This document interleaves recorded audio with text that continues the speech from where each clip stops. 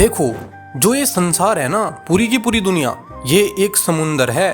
और जो हम हैं और जो हमारे कर्म है, वो एक नाव है, जिस नाव में सवार होकर हमें इस समुंदर को पार करना है। तो अगर हमारे कर्म अच्छे हैं तो हमारी जो नाव है वो बिल्कुल बिना किसी रुकावट के किनारे तक पहुंच जाएगी। हो सकता है कि बिना रुकावट के ना पहुंचे, कुछ रुकावटें भी आएं, पर उसका किनारे पे पहुंचना बिल्कुल तय है, क्योंकि जो आपके कर्म रूपी नाव है ना, वो बिल्कुल मजबूत है और अच्छी है। इसी के विपरीत अगर आपके कर्म बेकार या बुरे हैं तो जो आपकी नाव है वो किनारे पे नहीं पहुंचेगी। ये बात सत्य है। अभी आपको लग सकता है कि मेरे कर्म बुरे होने के कारण भी मैं खुश हूं और जो अच्छे कर्म करते हैं वो दुखी हैं, पर ऐसा नहीं है, क्योंकि जिस दिन भी आपके कर्मों की नाव भंवर में फंसेगी ना, उस दिन आपके अगले पिछले सारे कर्म याद आ जाएंगे और आपके पास पछताने के अलावा कुछ भी नहीं बचेगा। कुछ भी का मतलब कुछ भी नहीं बचेगा, आप सिर्फ पछताएंगे। इसलिए अपने कर्मों को सही रखें। अपने कर्म रूपी नाव में सवार होकर इस प्रकार सफर करें कि आपकी नाव मजबूत बनी रहे।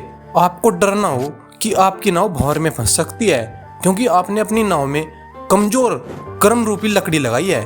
इसलिए अपनी नाव में मजबूत अच्छे कर्म रूपी लकड़ी लगाएं, जिससे आप कहीं भी भंवर में ना फंस सके और आप इस संसार रूपी समुद्र को पार करके किनारे पर पहुंच जाएं।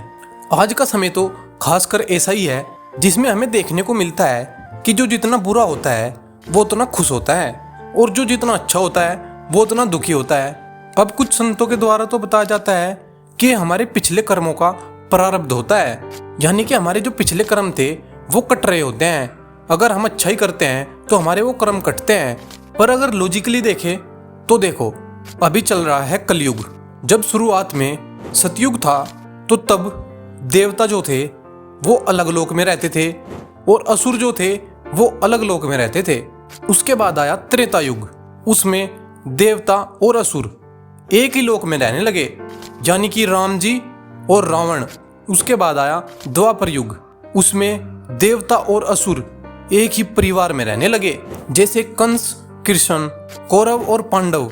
उसके बाद अब आया है कलयुग, और अब देवता और असुर ये दोनों एक शरीर में पाए जाते हैं। यानी कि अगर हमारे सामने कोई इंसान खड़ा है और वो देखने में बिल्कुल बहुत ही अच्छा इंसान लग रहा है, बिल्कुल देवता समान लग रहा है, पर हम ये कन्फर्म नहीं कर सकते हैं कि उसके अंदर क्या है, क्योंकि आजकल मनुष्य के कई कई रूप देखने को मिलते हैं।